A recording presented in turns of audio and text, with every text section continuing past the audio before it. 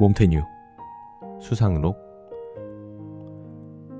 에세이가 시작된 이유, 그리고 왜 지금 우리에게 필요할까?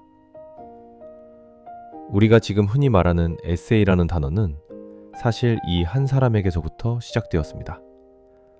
바로 미셸 드 몽테뉴. 그는 에세, 시도하다, 시험해보다 라는 뜻의 단어로 자신의 글을 이름 붙였습니다. 완성된 진리를 말하려는 것도 아니고 정답을 가르치려는 것도 아니었습니다. 단지 자기 자신을 솔직하게 관찰해보는 시도, 그것이 몽테뉴가 말한 에세이의 시작이었습니다.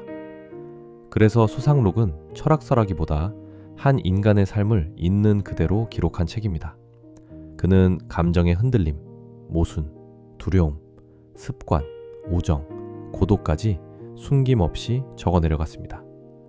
그 솔직함이 16세기를 넘어 지금 우리의 마음을 정확하게 비춥니다.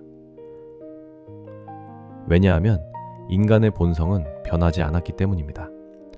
우리는 여전히 두려움에 흔들리고 감정에 휩싸이고 완벽하지 못한 자신을 자주 미워합니다.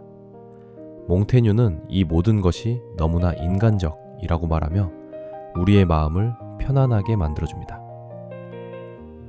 이번 영상에서는 수상록 총 3권 중에 그의 사유의 출발점이 되는 1권을 선택했습니다.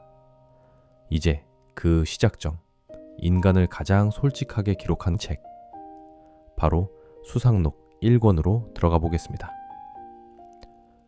수상록 1권, 인간을 이해하기 위한 가장 인간적인 책. 1. 나를 아는 일. 인간은 모순과 변화로 이루어진 존재.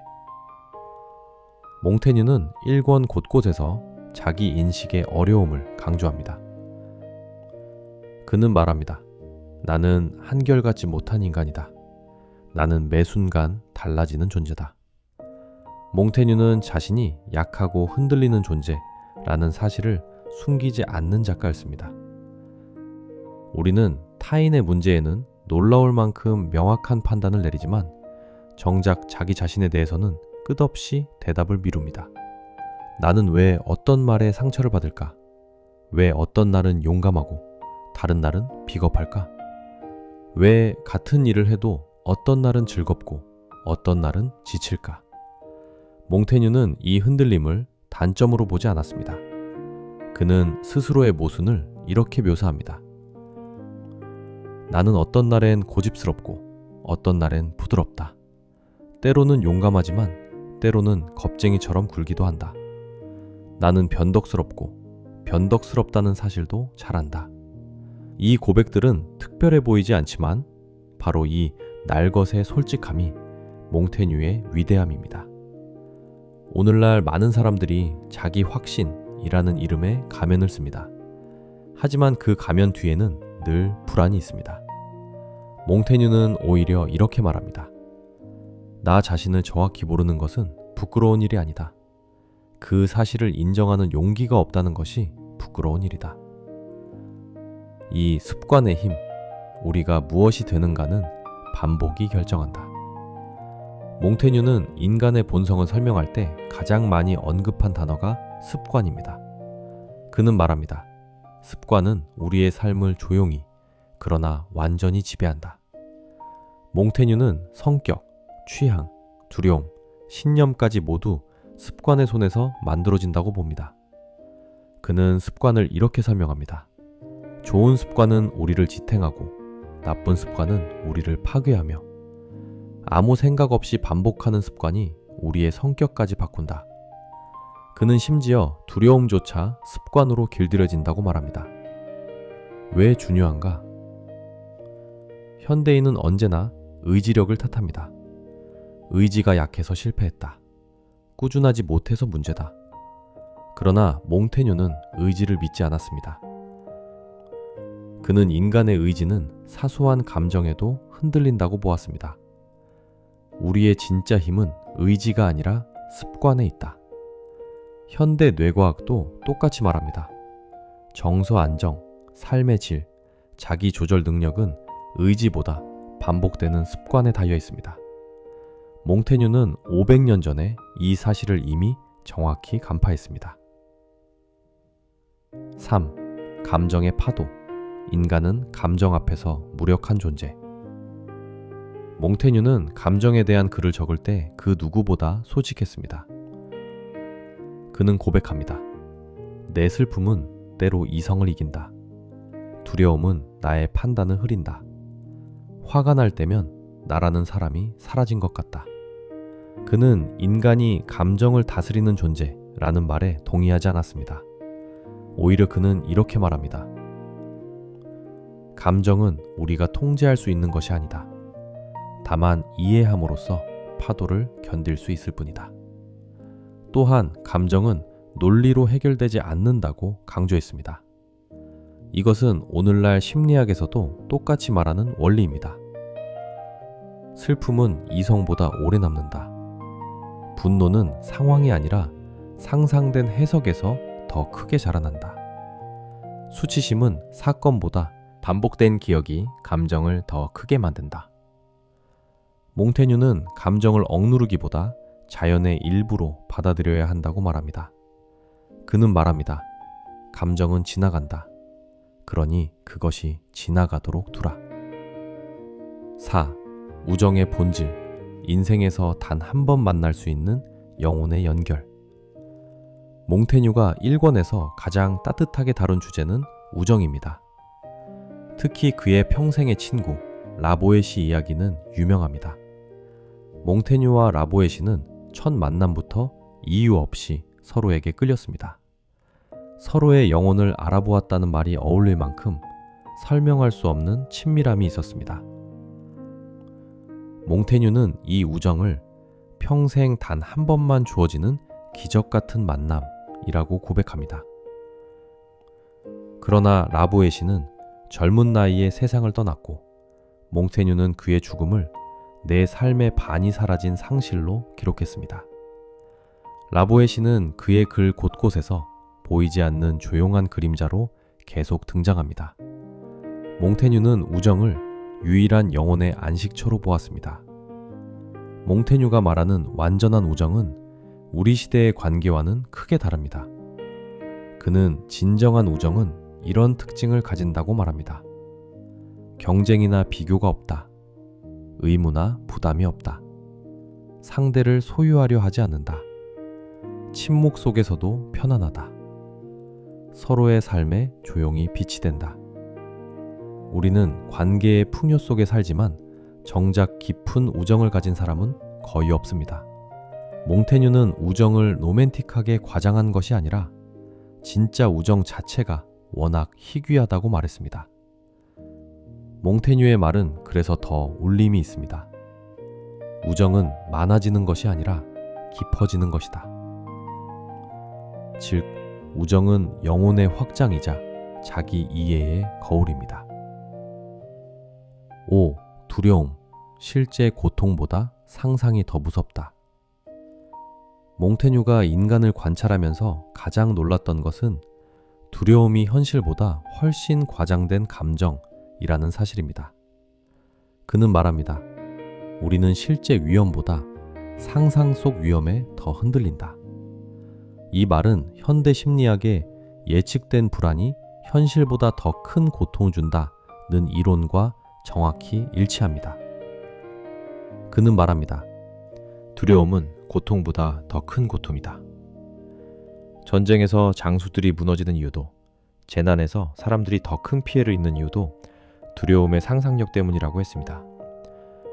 몽테뉴는 특히 이런 점을 강조합니다. 두려움은 사물을 실제보다 크게 만든다. 두려움은 우리가 가진 힘을 마비시킨다. 두려움은 아직 일어나지 않은 일을 현실처럼 느끼게 한다. 실수보다 실수하면 어떡하지 라는 생각이 더 괴롭고 실패보다 망하면 어떡해 라는 상상이 더 무섭습니다. 관계보다 싫어하면 어떡하지가 더 힘듭니다. 몽테뉴의 조언은 단순합니다. 두려움의 진짜 정체는 상상이다. 상상을 알면 두려움은 줄어든다. 6. 몸과 마음. 인간은 생각보다 훨씬 육체적이다. 몽테뉴는 철학자 중 가장 몸을 중요하게 여긴 인물입니다. 그는 말합니다. 우리의 생각은 몸의 상태에 따른다. 몸이 기분을 이끌고 기분이 생각을 부른다. 그는 자신의 두통, 소화 문제, 피로, 병약함 등을 숨기지 않고 기록했습니다. 왜냐하면 몸의 상태가 곧 마음의 상태이기 때문입니다. 잠이 부족하면 불안이 증가합니다. 스트레스가 높으면 판단이 좁아집니다. 몸이 아프면 인간은 철학이 아니라 생존만 생각합니다. 몽테뉴는 이렇게 말합니다. 몸을 아끼는 것은 사치가 아니라 지혜를 위한 최소한의 조건이다. 7. 말과 인격. 말투는 그 사람의 마음을 비춘다. 몽테뉴는 언어가 인격의 거울이라고 말합니다. 그는 화려한 말보다 정직한 표현을 중요하게 생각했습니다. 그는 말합니다. 거짓말은 인간의 본성을 파괴한다. 화려한 말은 겉모습을 꾸미지만 정직한 말은 마음을 드러낸다. 그는 사람의 말투와 태도를 통해 그 사람의 정신이 얼마나 단단한지, 얼마나 솔직한지 판단했습니다. 지금 우리는 말이 넘치는 시대에 살고 있지만 정직한 말은 오히려 더 드문 시대입니다. 누군가의 말투는 그 사람의 삶의 태도이고, 말의 결은 그 사람의 마음의 결이고, 말의 무게는 그 사람의 진실성입니다. 8. 몽테뉴가 남긴 영원한 가치.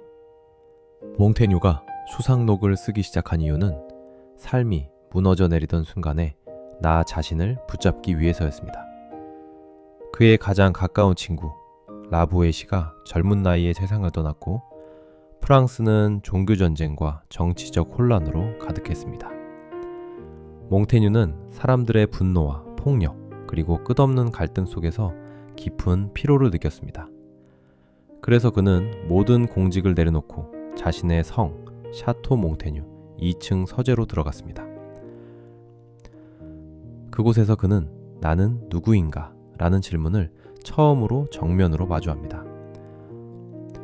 수상록은 바로 그 질문에 대한 몽테뉴의 긴 여정이자 두려움과 습관, 감정, 우정, 죽음 앞에서 자신을 솔직하게 시험해본 기록입니다. 몽테뉴는 자신을 관찰하는 방법을 세상에 처음 보여준 사람입니다. 그가 만든 자기 탐구의 형식은 오늘의 에세이, 심리학 글쓰기, 상담, 내면 성찰의 뿌리가 됩니다. 한 인간의 깊이 있는 내면 기록이 시대를 넘어 지금의 우리까지 연결되는 것입니다. 끝으로 몽테뉴의 수상록 1권이 특별한 이유는 그가 어떤 진리를 주장하려 했기 때문이 아니라 자신의 삶을 누구보다 솔직하게 바라보았기 때문입니다. 그는 스스로의 흔들림을 숨기지 않고 감정의 변덕, 판단의 실수, 습관의 힘, 두려움의 과장을 있는 그대로 기록했습니다. 그리고 그 솔직함 속에서 우리가 미처 보지 못했던 인간의 진짜 모습을 보여줍니다. 우리는 스스로 생각하는 것보다 훨씬 더 흔들리고 훨씬 더 감정적이며 훨씬 더 모순적인 존재라고요. 몽테뉴는 그것이 잘못이 아니라 인간이 살아가는 가장 자연스러운 방식이라고 말합니다. 몽테뉴는 완벽해지려 애쓰기보다 나라는 사람을 정확히 바라보는 것이 더 중요하다고 말합니다.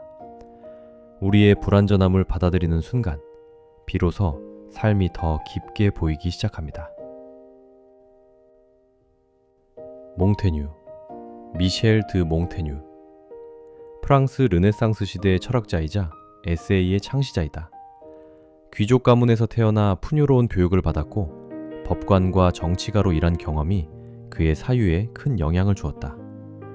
전쟁과 종교 갈등이 극심했던 시대를 살며 인간의 불완전함과 흔들림을 깊이 탐구했다. 에세라는 새로운 글쓰기 형식을 만들어 자신의 생각을 자유롭게 시험하고 탐구했다. 그는 완성된 이론을 제시하는 대신 나는 나 자신을 관찰한다는 태도를 견지했다. 수상록은 확신을 경계하고 무엇을 아는가? 라는 질문을 반복했다. 그의 사유는 현대 심리학, 자기성찰 에세이, 인문학 전반에 큰 영향을 미쳤다. 몽테뉴는 거대한 진리를 말하려 하지 않았고 대신 나답게 사는 것을 삶의 중요한 철학으로 남겼다. 감사합니다.